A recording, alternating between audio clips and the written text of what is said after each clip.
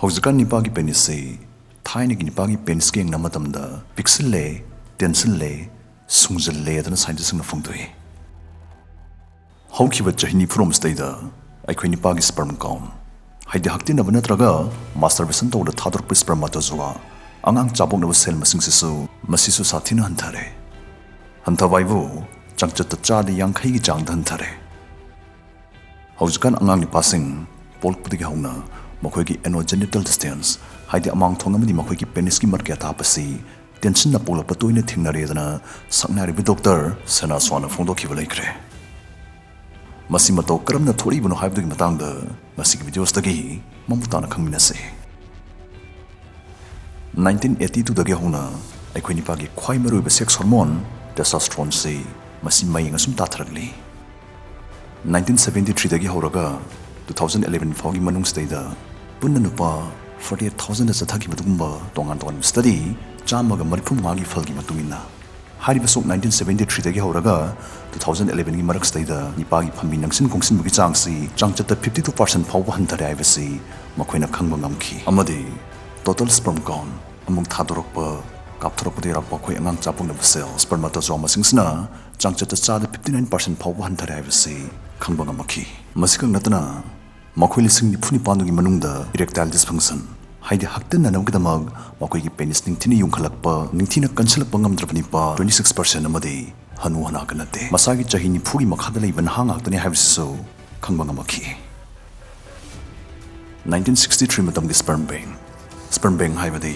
nupi amana magi sexual partner hakten na nabu nupa yaungda angang mirol hanamgidamag Nupagi phambi leifam yonfam tungsin pham mapham adu bukhangnai sperm bank haibasi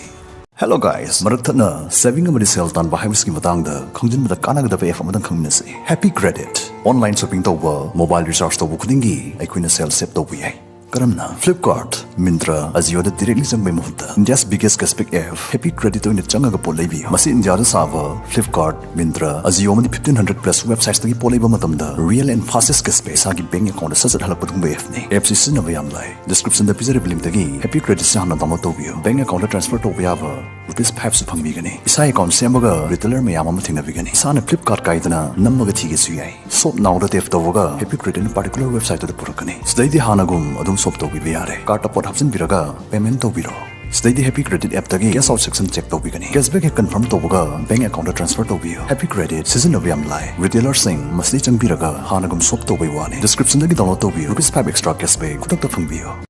1963 matamgi sperm bank amadai chamas amaka kokhalpa sperm da ahingba phamisi masi milliliter amada 99 million gi changda yawrakhi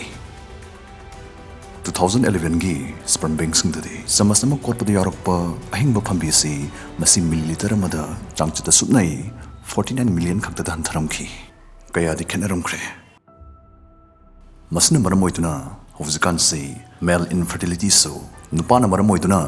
magi nupi angang miron mangam da bigdumba suma yam chauna thurabli wawa launaragli Nupagi phambi masing amade nangba kungbi chang hantaragli basi masi kari kamdong no erklibno haibado madu khangminarse number 1 plastics number 2 pesticides sathiba tila detoxing number 3 aikoina nungti gi sinariba thoidok production da yawa chemical sing haidibsing stay da EDCs yawe EDCs haibadi endocrine disrupting chemicals haibani sigi chemical sing se aikogi hakchang gi hormone chungpam sing da sangsan kiduna aikogi hakchang da makhoi si mahausa di hakchang da sungjawa natural hormone sing do orwai lo handuna apang basiba ngami aikogi hakchang si hormones haibasna hakchang da matang gi thoidok pi ingit ching pinaba molecule sing ni araiba wahaida aikoi hakchang gi pause loini haibasu yai makhoi se adongi hakchang gi endocrine system gi saruk amo oidibani endocrine system haibasna adongi hakchang da makhamatal hormone sing sungliba tongan tonba gland sing do punsleba semba system adubani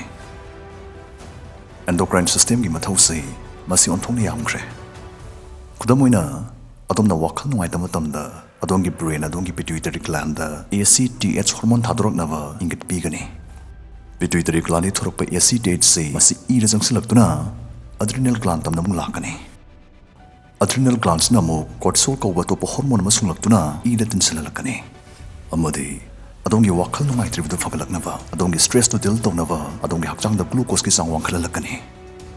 yam dung sikraba yam baru ikraba niyam naiba dugumba endocrine system gi mathawni haijakibdune aikhoi gi endocrine system gi mathawsi masi okhak yame adomna sor holibadu madu kramna control tawe aikoina sasin thaksin gi bakchang manungda tumlebasi digestion si masi mathaw kramna tawe asina singba endocrine system na yam marui ba thotang lobudugumba aikoi hakchang gi thabak thoram kya ma leiri hani bai quick endocrine system gi thabak thogai sing state da EDC sing aduna yam chaun apan ba kai ba pi bangami aikoi hojek mayam ne yam common oina phate khangnaraba thalet hari ba EDC si matang da hana khangminase thalet se masi plastic te yawe masani plastic pu thot haliba marin chathok chachin ya haliba carpet sapon deodorant manam nungsiba posing samgi gel amni samgi spray da su thalet se dum yawe masa poknaba lab loina kiba loibda ngari bu chiamom 18 to 21 days thalet lay from the exposed to thamba phajin duna thamlaga macha pon matamda makoina pokla pu si laba sing testosterone chang nem nem na poklakhi aikhoi mioi badasu miron binupi mana 8 to 12 weeks theles lay from the exposed to duna matung pok pangang sing angang ni passing testosterone khalkaiba makoi gi penisu size pikthana polpasi masi toina thengnare dana scientist na phongdoi aikhoi hojek BPA haribe EDC gi matang dam khangminase makoi se sigumba napsin da bini haibe khoi gi non-stick pen sings da water bottle plastic ki part na single sing de yawe BPA matam sangna sagon rabani pana pokpa makoi gi masani passing kudamoine factory de kadapok subani passing na pokpa makoi gi masani passing se penny size pikthana pokpa mode haktina ningbagi apambi pokpok da basi masi toina thengnare dana expert na phungdoi aikhoi sai sana tawjaba phatraba thapak khrana so aikhoi gi male fertility se meng tan mangame kudamoine surup thakpa natraga min thalakpagi maikhu sor honjinba masina so aikhoi gi phambida ma ta thole testosterone level han thale surup thapasi kangnatana 2015 da Denmark da pangthokhiba study amagi matungina hapta amada marok tagi henna ganja thakpasina so aikhoi ni pagi sperm count se 29% pawan than mangami dana maik singna phongdokhiba laikre air fresheners nail polish fast food ka support hapam sing de yaw chemical sing mid amadi dairy de yaw dioxins hari sing sina so phambi masing han thanba penis pixel tension han bada tengbangi aikhoi ngasi sinari chemical sing amadi sari thali sing sina mar moidana male fertility han thare harabani na nupa sing section tharong ne tawjavya ba pambai khrai jage mid amani sangom na saw pathok sing chab khajigan thabiba plastic patra da natraga